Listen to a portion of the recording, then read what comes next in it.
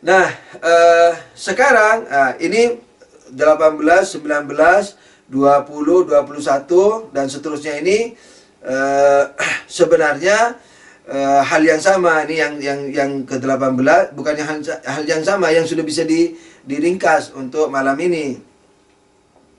Yaitu apa? Bahwa manusia ini memiliki ruh, kan sudah dibuktikan ada ruh tambang, nabati, hewani dan akli, ya kan? Nah, kalau dia ini menyukai sangat daya hewaninya, hewani itu rasa dan perasaan, kemudian gerakan, cukup di situ saja, tidak masuk ke akal, maka dia tidak akan bisa menjadi manusia seutuhnya, manusia yang sempurna. Maka dia hewani. Karena itu dia tidak bisa kembali kepada watannya. Nah, karena itu untuk menjadi kembali ke watan, apa? Dia harus mengamalkan apa? Mengaplikasikan, mengaktifkan akalnya. Nah, akalnya ini ada dua. Akal teori dan akal amali. Akal teori adalah mengerti mana yang baik, mana yang buruk. Akal amali adalah bertekad untuk mengamalkan yang baik. Bertekad untuk, tekad itu bukan di rumah, yakni ketika dihadapkan kebaikan dilakukan. Nah, itu bukan tekad yang sambil mantuk-mantuk kepalanya, iya saya mau lakukan itu. Bukan. Itu masih teori. Yang disebut akal amali ketika udah melakukan, akalnya melakukan itu kebaikan ketika dihadapi, atau ketika menghadapi keburukan dia tidak melakukan keburukan itu. Ini namanya akal apa? Aplikasi atau akal amali, akal aplikatif. Nah, orang yang ingin mencapai manusianya kembali maka harus melampaui semua itu. Nah, caranya sebagaimana sudah sering dijelaskan dan tadi juga disinggung, Allah sudah memberikan agamanya. Jadi jauhi yang haram, lakukan yang wajib. Kalau bisa nanti jauhi yang makruh, kalau bisa nanti ini semua dengan lahir dan batin.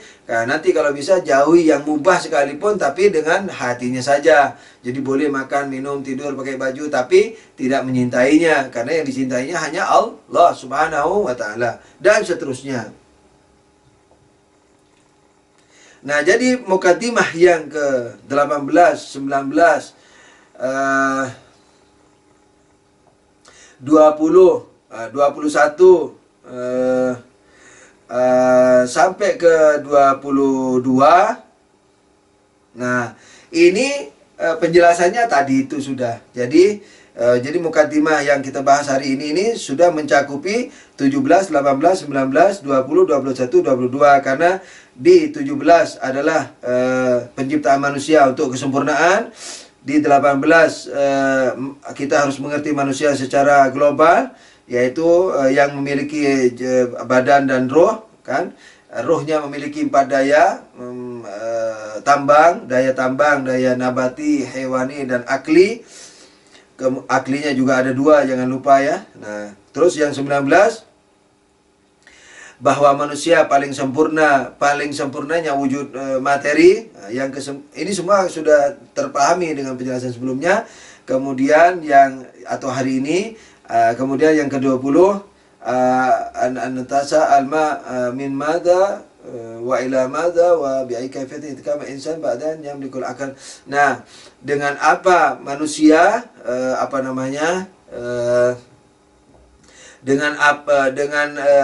setelah memiliki akal, manusia ini apa tugasnya? Sudah tentu tugasnya untuk mengerti. Makanya jangan malas belajar, jangan merasa sudah penuh, terus belajar. Biar sudah doktor, profesor, doktor 100 derajat, profesor 1000 derajat, tetap harus belajar dan diaplikasikan. Nah, itu baru akalnya menjadi sempurna. 21, dari sinilah kita memahami, yani dari semua uraian itu, bahwa kesempurnaan manusia adalah apa, dan finishing atau akhir daripada penyempurnaan manusia adalah apa? Sebenarnya meninggalkan selain akalnya. Begitu sebenarnya. Jadi kalau Rasulullah mengatakan matilah sebelum mati, itu maksudnya berakallah kamu. Jadi matikanlah perasaanmu itu sebelum kamu dimatikan. Karena kalau akal ini tidak bisa dimatiin, sekalipun nanti mati, tetap dia akan ikut akal ini.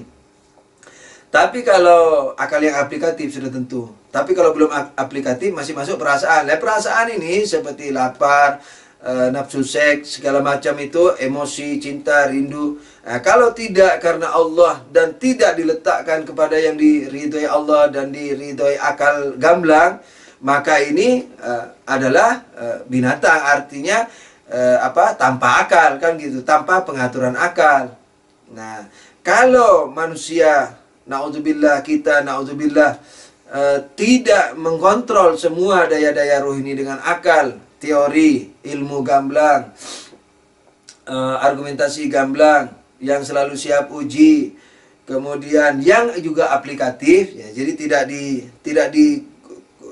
tidak dipimpin oleh ini. Jadi imam ini imam di dalam jiwa manusia. Jadi imam itu ada dua, ya, di dalam diri manusia dan di luar diri manusia. Di dalam diri manusia akal kita itu, tapi akal gamblang, bukan yang dipengaruhi perasaan, tapi justru yang mengontrol perasaan, yang menyetir perasaan.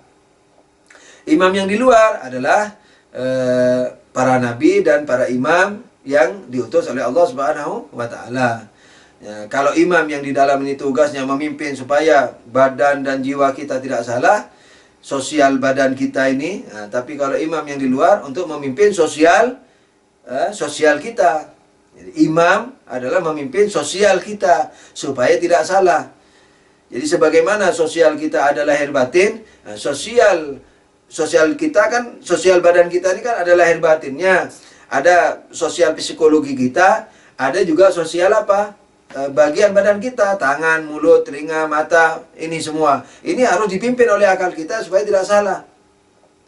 Di dalam imamah yang lahir, yang bukan yang batin ini, yang berupa akal, yang berupa sosial, nah, itu imam juga fungsinya seperti itu. Jadi batin dan lahir. Lahirnya supaya tidak salah.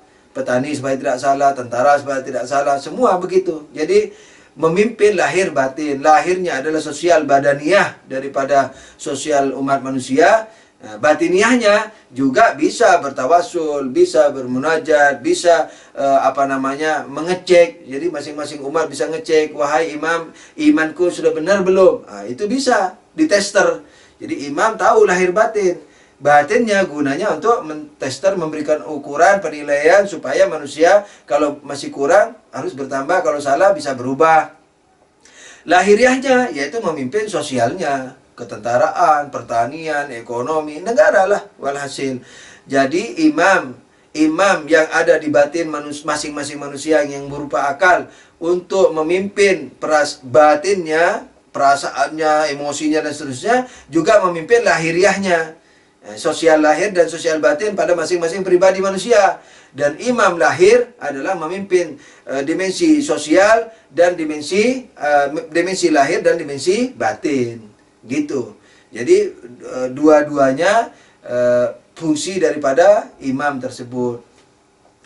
Imam Ja'far alaihissalam pernah mengagumi Hisham,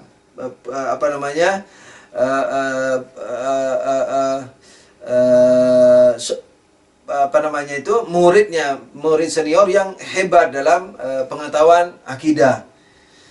Dipuji sama imam, orang ini malu, tersipu-sipu malu. Ya imam, aduh, kan terdengar tuh beritanya kalau dia mengalahkan seorang alim. Nah, seorang alim dikalahin debat sama dia. Tapi bukan karena menangnya, karena bagusnya argumentasinya itu. Nah, terdengar sampai ke Imam Ja'far ketika hakam ini datang ke imam, dipuji sama imam, wah kamu hebat ya, kamu bisa membela kami, akidah yang kami ajarkan di sana, mengalahkan senior di sana yang memang perlu diluruskan. Maksudnya bukan hebat-hebatan karena menang-menangan, dan dalilmu hebat.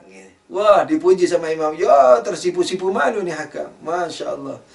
Tersipu malu kan, ya imam, saya ini apa?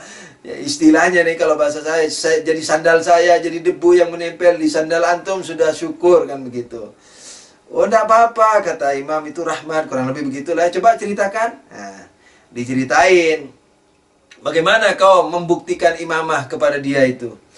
Saya ceritakan begini, wahai imam, saya debat orang itu, ya ini debat ini bukan ejek loh ya, bukan cemooh-cemooh, debat ini mengembalikan masalah. Saya katakan, wahai syekh, kalau kamu melihat di kejauhan sana, ada yang bergerak, tapi kamu tidak tahu. Ini padang pasir kan, biar jauh kelihatan. Di non jauh di sana terlihat suatu benda yang bergerak-gerak, tapi kamu tidak tahu.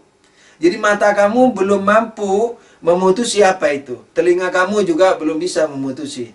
Kamu merujuk ke apa dalam dirimu untuk membuat penilaian apa yang kamu lihat itu. Dia katakan ke akal, ke hati, yakni ke akal. Lah, kata hakamnya, lah itu dalam dirimu saja kamu merujuk pada imam. Bagaimana dalam masalah sosial? Yang sebegitu komplitnya itu, yang sebegitu luasnya aspek kehidupan sosial manusia, maksudnya dari tingkatan pribadi sampai politik, internasional, nasional, kemiliteran, ekonomi. Loh, bagaimana kalau kamu ragu dalam hal ini? Apa yang harus diambil tindakan? Merujuk ke siapa? Nah, yakni kalau tidak ada imam, apa yang bisa kamu lakukan? Orang kamu dalam pribadi saja tadi merujuk ke imammu di dalam dirimu, yang namanya akal itu. Loh, bagaimana kamu kalau punya masalah masyarakat, peperangan, ekonomi segala macam, siapa yang bisa dijadikan pemimpin rujukan dalam hal ini kalau tidak ada pemimpinnya? Nah, jadi kehebatan hakam ini adalah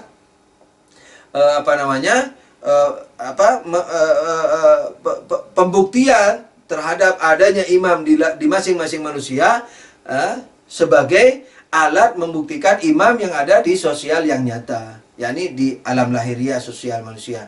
Jadi imam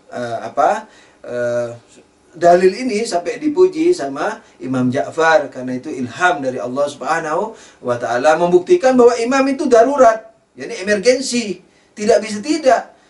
Bagaimana bisa suatu negara bisa benar kalau tidak ada imamnya? Bagaimana kalau negara ini misalnya berperang atau menangkis perang atau ekonomi atau harus mendahulukan pertanian atau mendahulukan pendidikan. Dan kalau tidak diputusi imamnya, bagaimana itu bisa dikatakan benar dan itu perintah Allah? Sandarannya apa?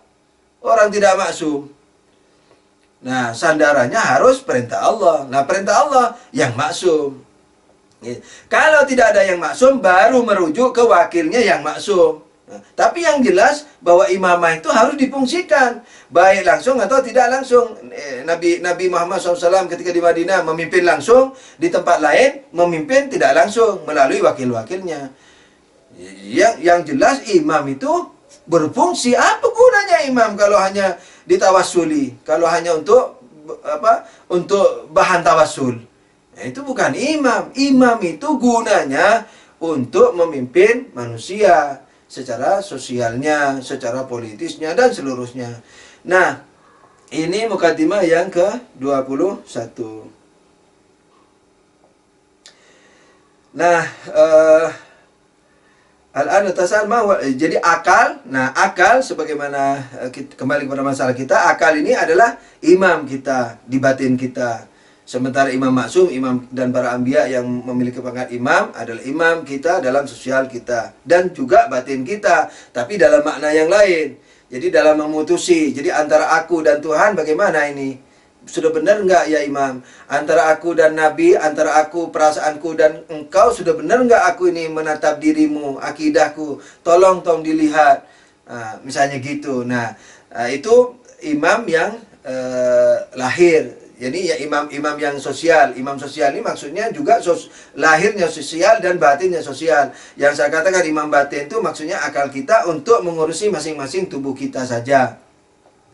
Nah, akal ini sudah pasti memiliki rintangan-rintangan yang insya Allah kita akan teruskan besok karena mungkin sudah larut.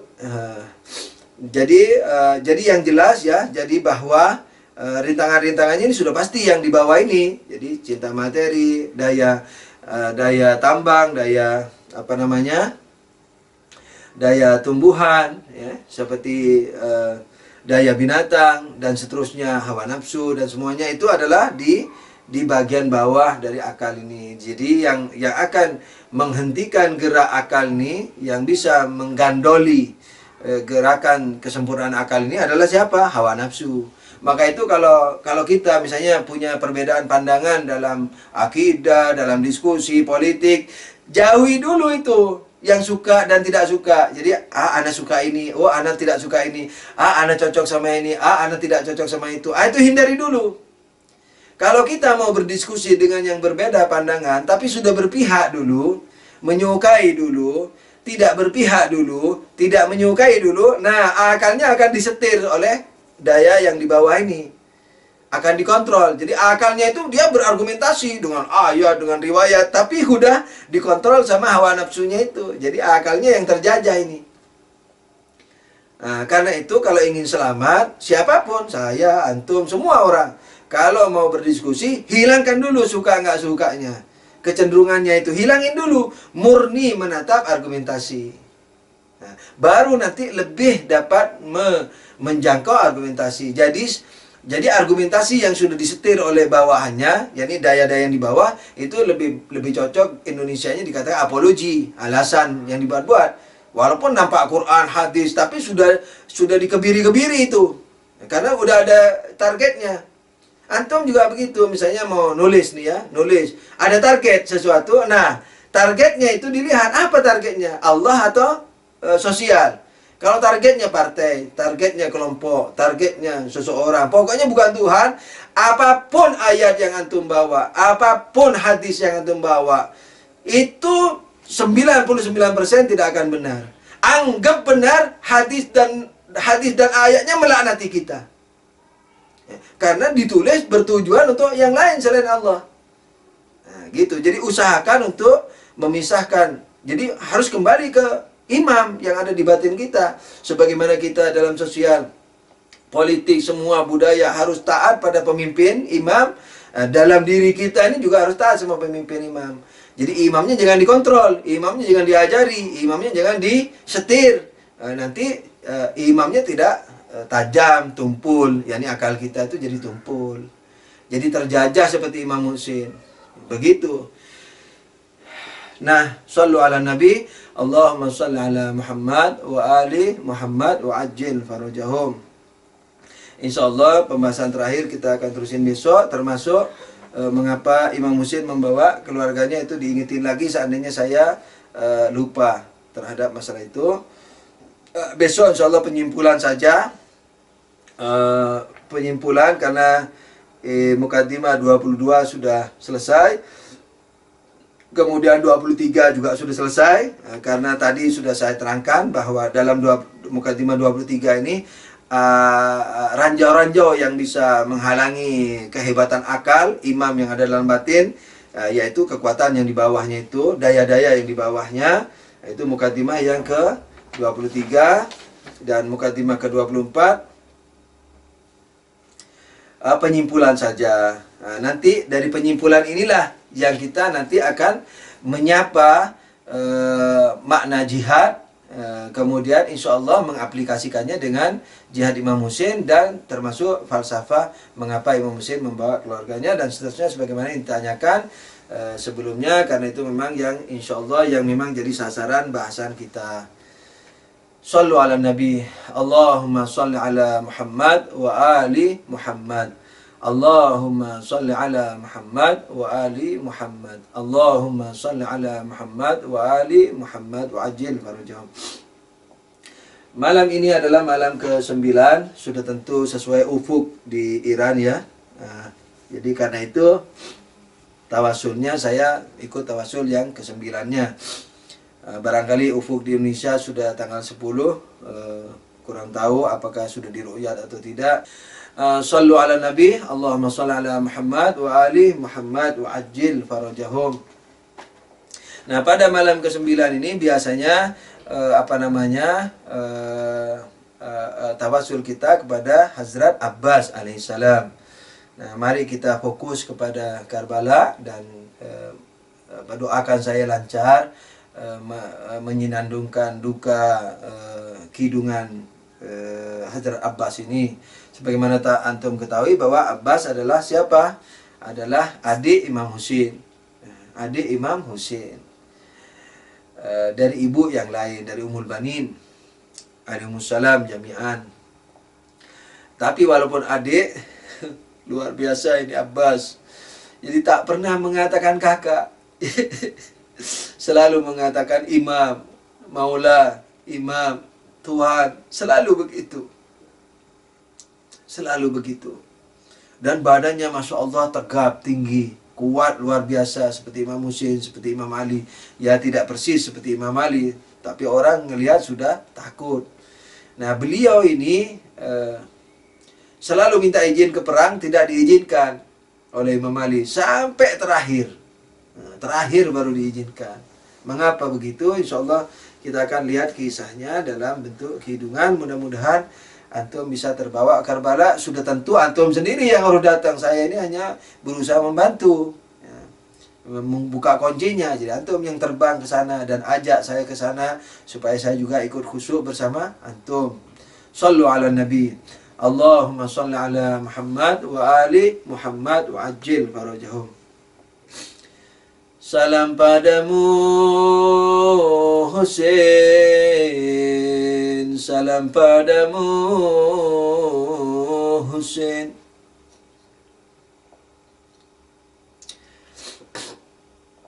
Salam padamu Husain, Husain, Husain, Husain. Salam padamu Husain, Husain, Husain, Husain. Salam padamu Husain, Husain, Husain, Husain. Salam padamu Husain, Husain, Husain, Husain. Salam padamu Husain, Husain, Husain, Husain. Para sahabat Imam Husain sudah terkapar semua di Karbala.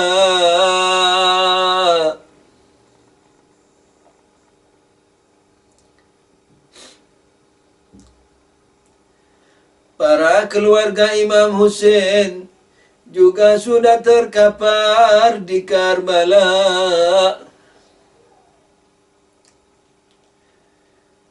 Tapi saudaranya Abbas yang dari tadi meminta izin untuk maju ke medan laga tidak kunjung diizinkan sang paduka. Husain, Husain, ya Husain, mazlum Husain, ya Allah. Abbas sudah tidak tahan. Wahai Maula Husain, izinkan aku maju ke medan laga.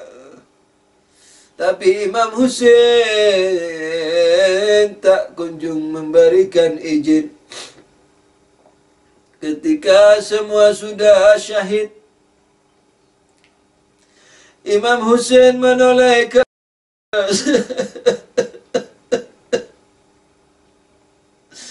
Ya Abbas, tahukah engkau mengapa aku tidak mengizinkanmu ke medan laga?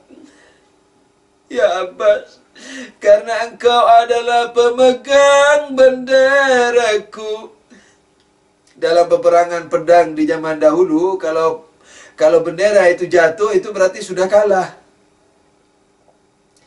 Imam Husain berkata, Ya Abbas, Aku ingin para wanita di kemah-kemah itu tidak berputus asa.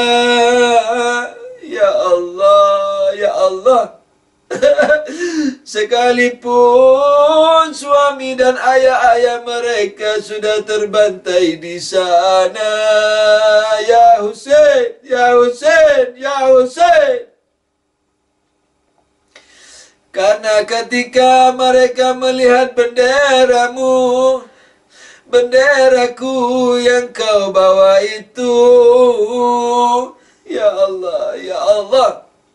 Setidaknya para wanita itu masih memiliki benteng. Ya Allah, ya Allah. Karena para wanita itu takut. Begitu para lelaki sudah tiada, mereka akan diserbu sebagaimana umumnya peperangan. Dijadikan tawanan, dijarah hartanya, dan seterusnya. Ya Allah, ya Allah. InsyaAllah besok kita akan kisahkan ini. InsyaAllah ta'ala. Ya Allah. InsyaAllah dengan doa antum, keikhlasan dan ketulusan antum, dan doa antum untuk Al-Fakir. Ya Husain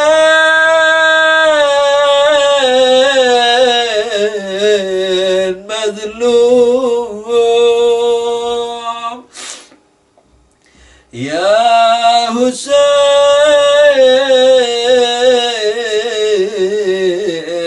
mazlum.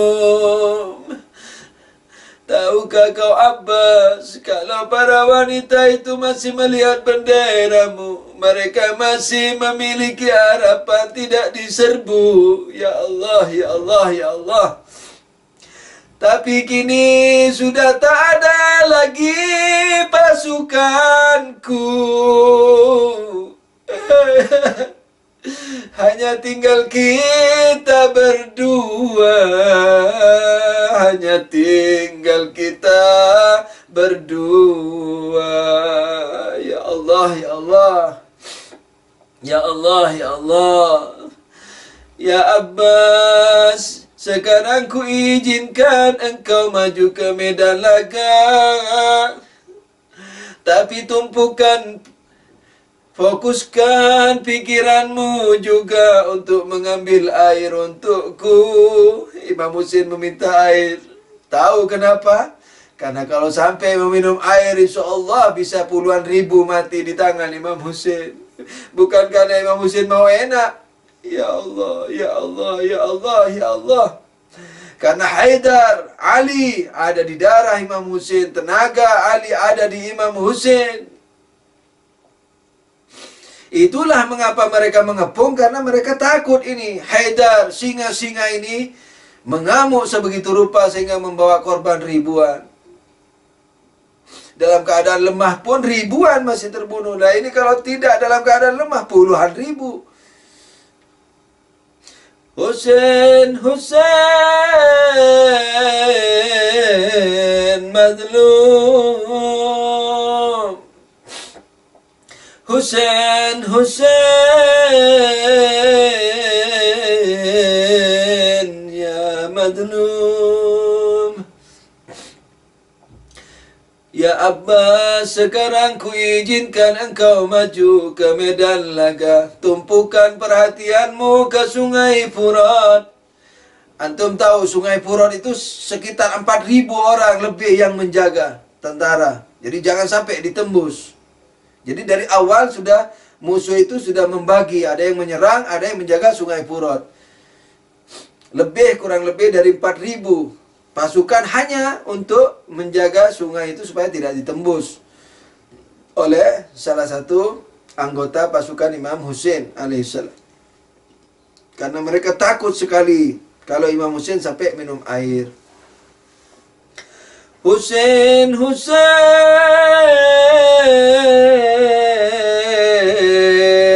madlum. Husain, Husain madlum. Fokuskan perhatianmu ke Sungai Furat dan ambillah air untuk kami dan untuk anak-anak yang di belakang itu. Karena para wanita, anak-anak kecil sudah tidak kuat. Ada yang memegang tangan Abbas. Paman, paman, Haus sekali, minta air paman. Ya Allah, ya Allah, ya Allah, ya Allah. Akhirnya Abbas sebelum maju mengambil qirbah. Qirbah itu tempat air yang dibuat dari kulit kambing, kulit binatang. Mengambil qirbah dan maju ke medan laga. Bismillahirrahmanirrahim.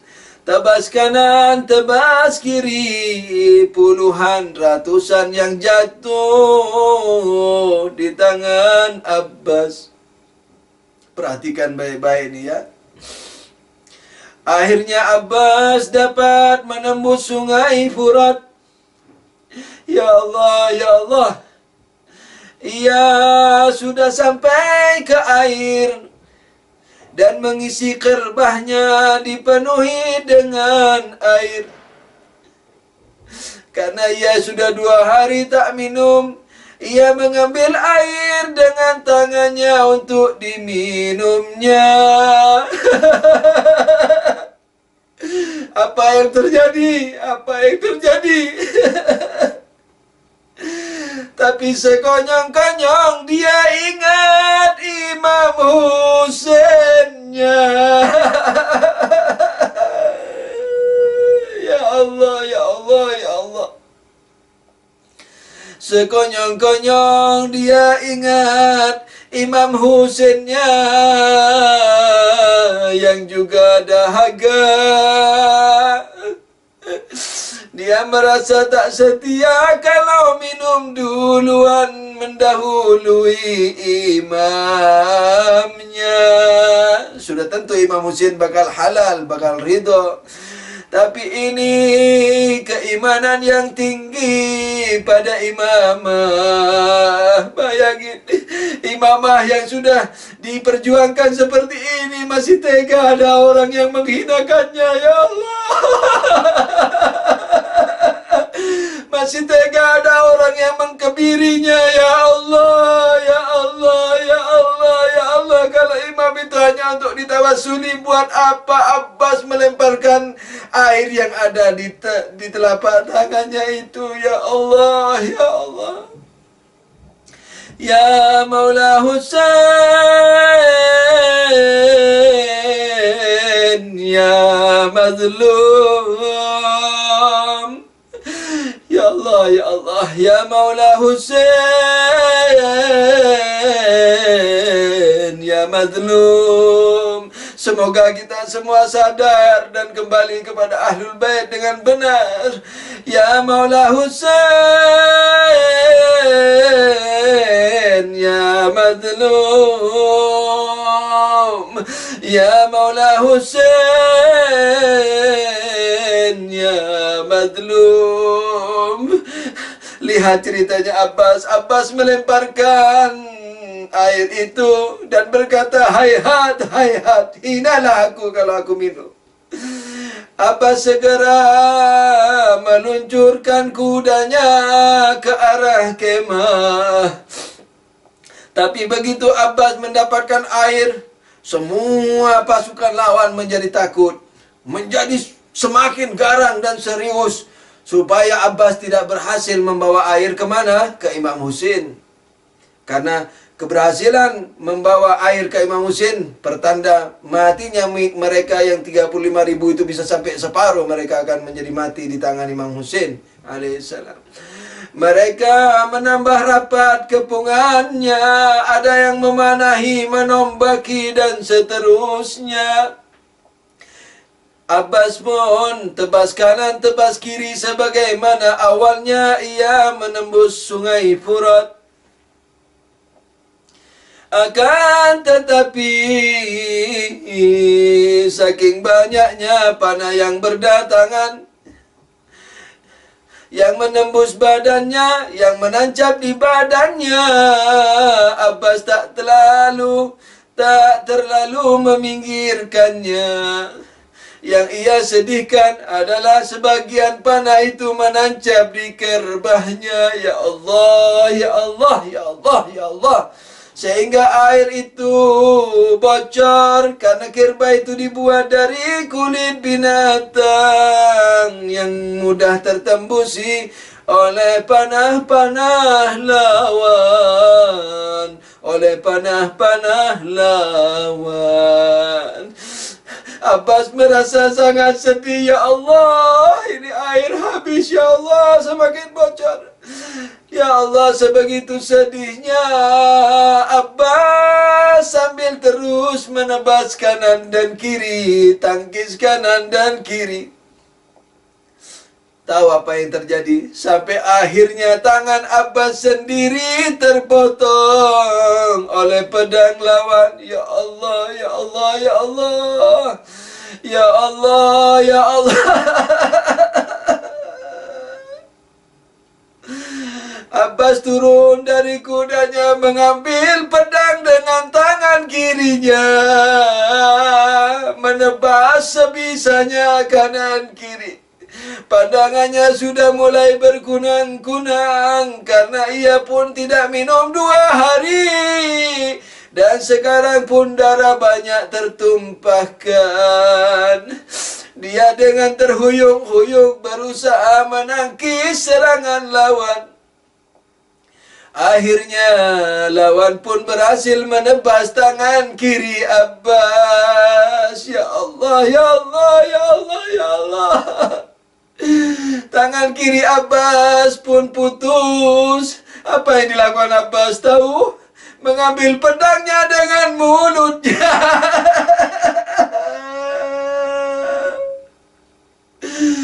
Mengambil pedang dengan mulutnya.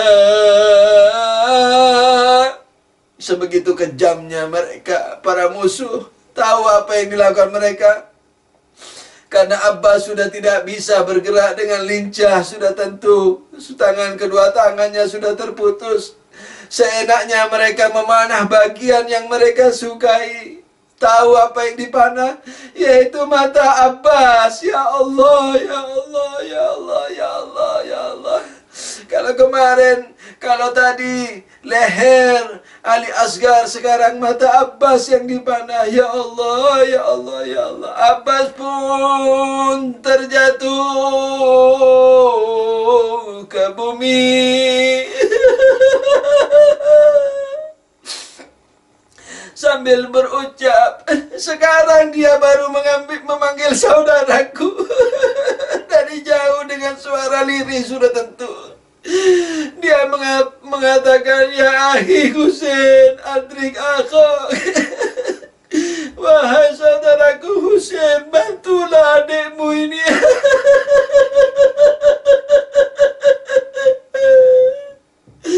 Dari kecil tak pernah mengatakan saudara, sekarang dia mengatakan saudara. Ya Allah, ya Allah, ya Allah, ya Allah. Sementara itu di tempat Imam Husain, begitu melihat Abbas terjungkal ke tanah, Imam Husain melajukan kudanya tebas kanan dan kiri. Para musuh pun ketakutan berhamburan. Akhirnya Imam Husain turun dari kuda dan mendekati Abbas.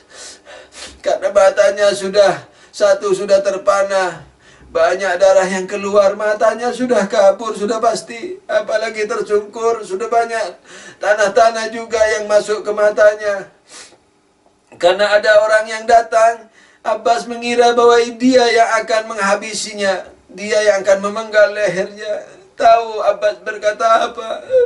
Wahai yang datang, jangan sembelih aku dulu sebelum aku bertemu dengan saudaraku Husain. Aku tidak takut mati, tapi aku ingin mengucapkan selamat perpisahan dengan saudaraku, dengan kakakku, dengan imamku Husain. Ya Allah, ya Allah. Karuan saja Imam Husain mendengar kata lirih Abbas. Sambil menubruk badan Abbas berkata, wahai Abbas, adikku, akulah Husain. Ya Husain, mazlum Husain, mazlum Husain. Ya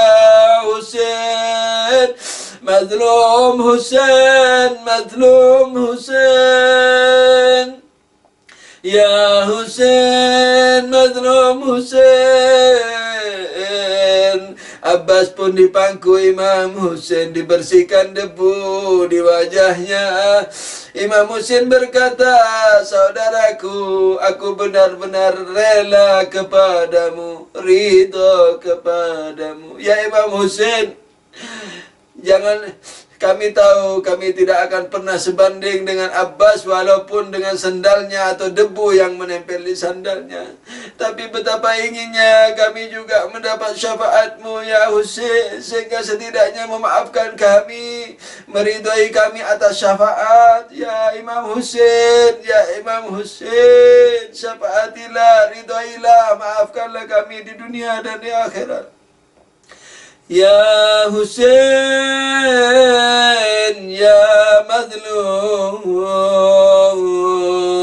Ya Husain, ya mazlum. Ya Husain, ya mazlum.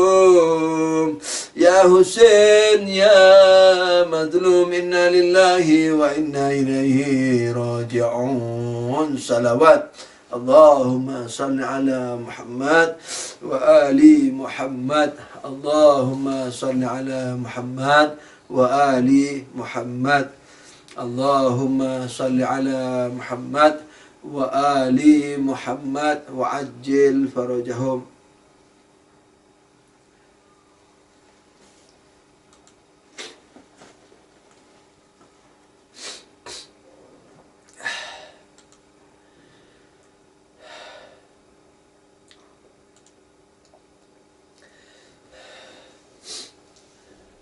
Untuk maktam kali ini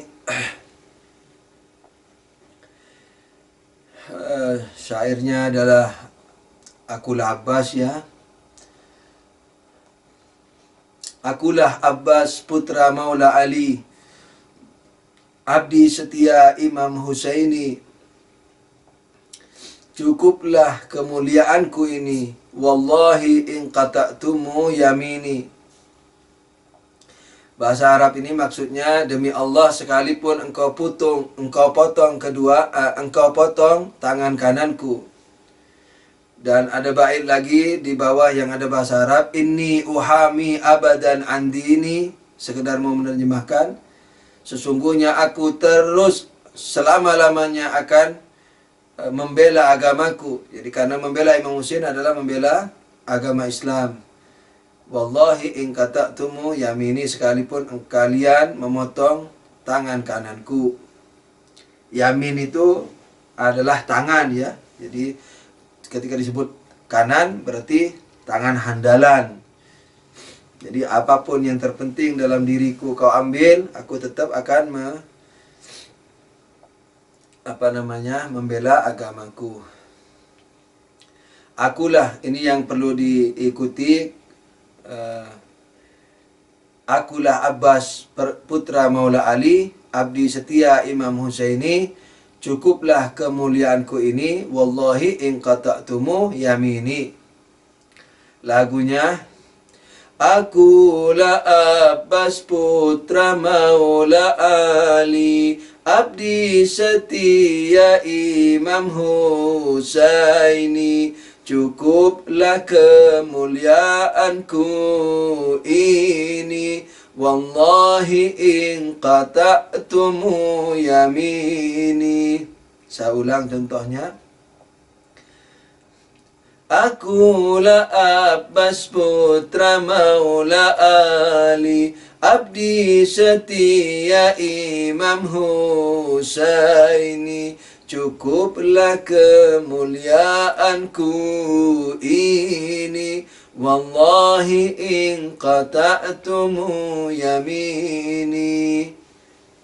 Pukulannya cepat saja supaya, tapi jangan dipercepat lagi supaya notnya tidak rusak. Saya contohkan dulu, nanti diikuti. Bismillahirrahmanirrahim. Akulah Abbas putra Maula Ali, Akulah Abbas putra Maula Ali, abdi setia Imam Husaini. Cukuplah kemuliaanku ini, wallahi in qata'tumu yamini. Akulah Abbas putra Maula Ali, abdi setia Imam Husaini. Cukuplah kemuliaanku ini, wallahi in qata'tumu yamini. Ikut. Akulah Abbas putra Maula Ali, abdi setia Imam Husaini.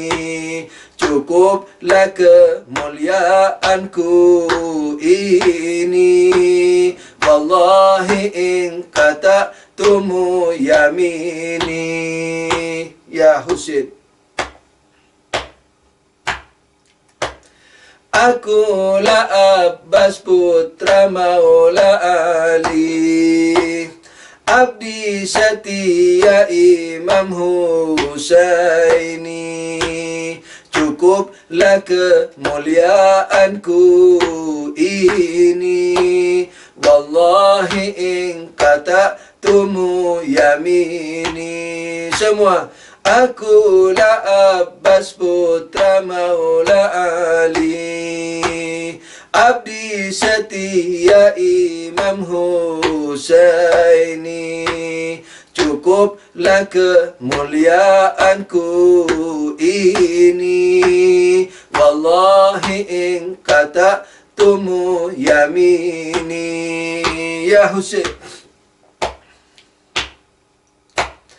Akulah abdi cucu Rasulullah, akulah abdi putra Asadullah. Akulah abdi dengan hati resah, wallahi in qata'tumu yamini. Jawab. Akulah Abbas putra Maula Ali, abdi setia Imam Husaini. Cukuplah kemuliaanku ini, wallahi in qata'tumu yamini. Akulah pencari air minuman, pasukan penghadang aku hancurkan. Dengan sendirian akan ku terjang, wallahi in qata'tumu yamini. Jawab. Akulah Abbas putra Maula Ali, abdi setia Imam Husaini. Cukuplah kemuliaanku ini, wallahi in qata'tumu yamini.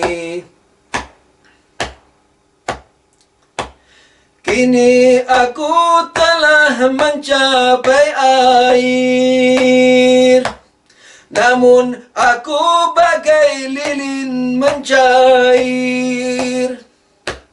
Tak sanggup minum walau teguk air.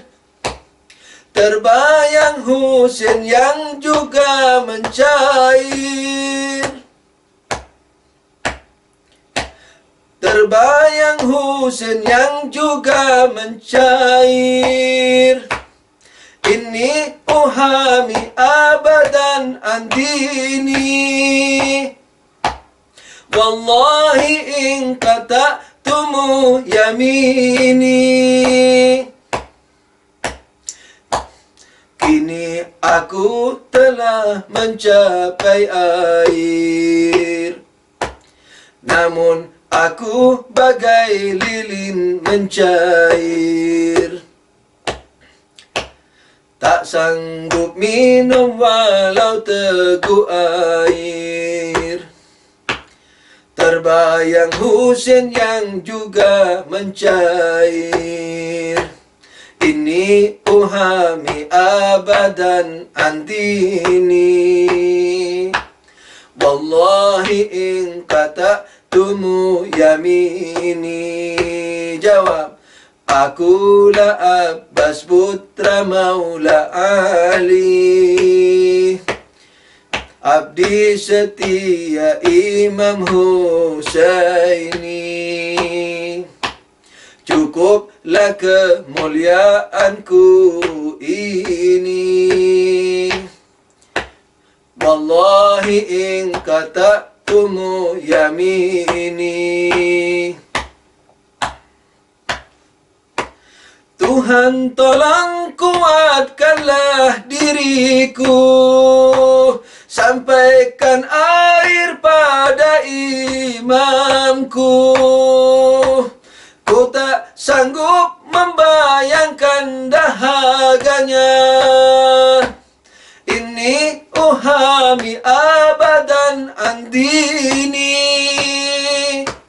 wallahi in kata'tumu yamini. Tuhan tolong kuatkanlah diriku, sampaikan air pada imamku. Ku tak sanggup membayangkan dahaganya. Ini uhami abadan andini, wallahi in kata'tumu yamini. Jawab, akulah Abbas putra Maula Ali, abdi setia Imam Husaini. Cukuplah kemuliaanku ini, wallahi in kata'tumu yamini. Ya Husain, panahilah seluruh tubuhku, tombakilah seluruh tubuhku. Namun jangan kau panahi airku, hingga tak sampai pada imamku. Ya Husain, ya Abbas, panahilah seluruh tubuhku, tombakilah seluruh tubuhku. Namun jangan kau panahi airku, hingga tak sampai pada imamku. Ini uhami abadan andini, wallahi in kata'tumu yamini. Panahilah seluruh tubuhku, tombakilah seluruh tubuhku. Namun jangan kau panahi airku, hingga tak sampai pada imamku. Ini uhami abadan andini, wallahi in kata'tumu yamini. Jawab, akulah Abbas putra Maula Ali, abdi setia Imam Husaini. Cukuplah kemuliaanku ini, wallahi in kata'tumu yamini. Ya Abbas,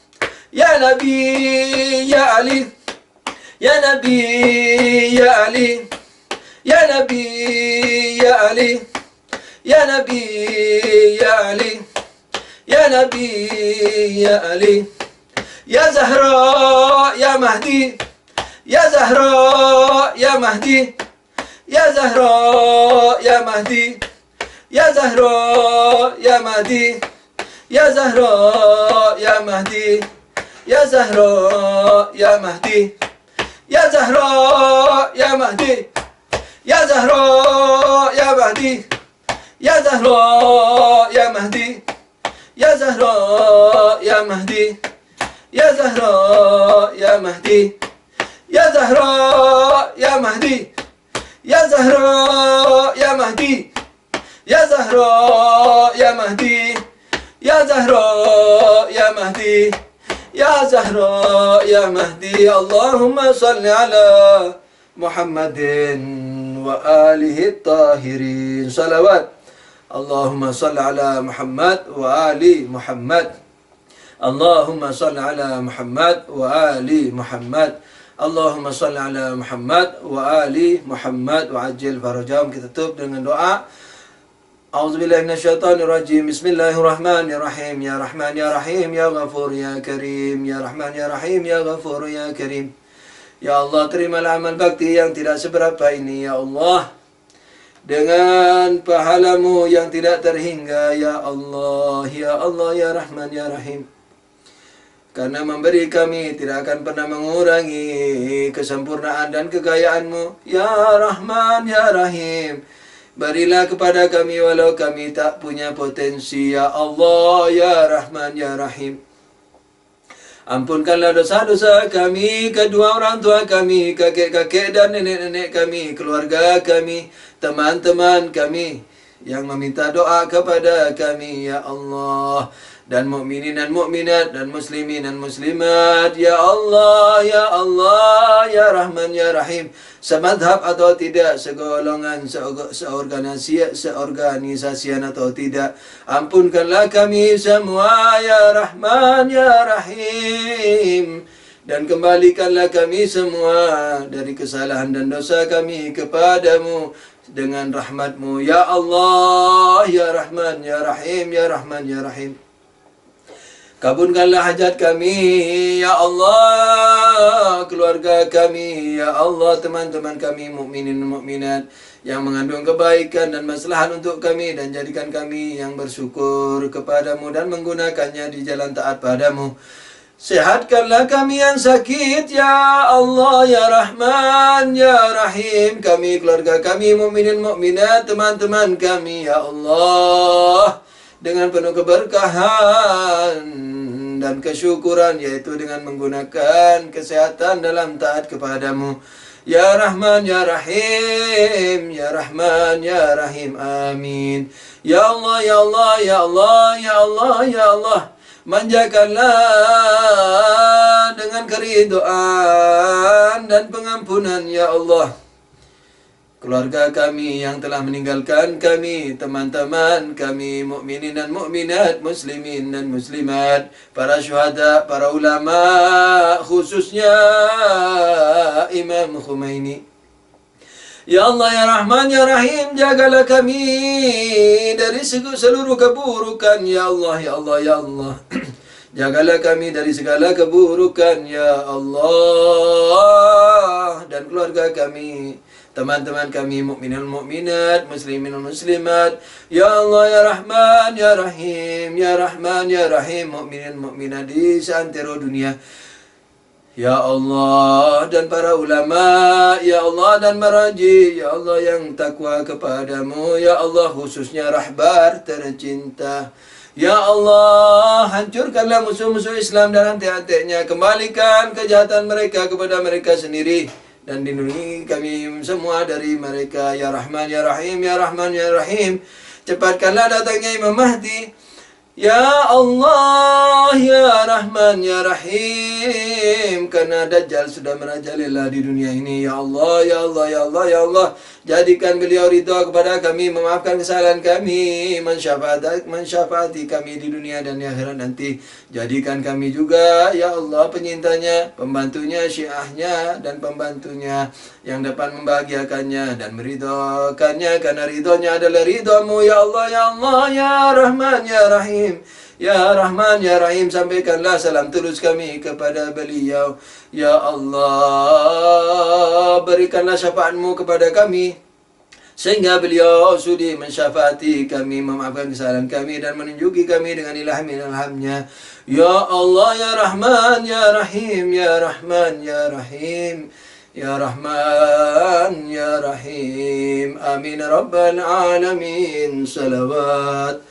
Allahumma salli ala Muhammad wa ali Muhammad. Allahumma salli ala Muhammad wa ali Muhammad. Allahumma salli ala Muhammad wa ali Muhammad wa ajil farajahum.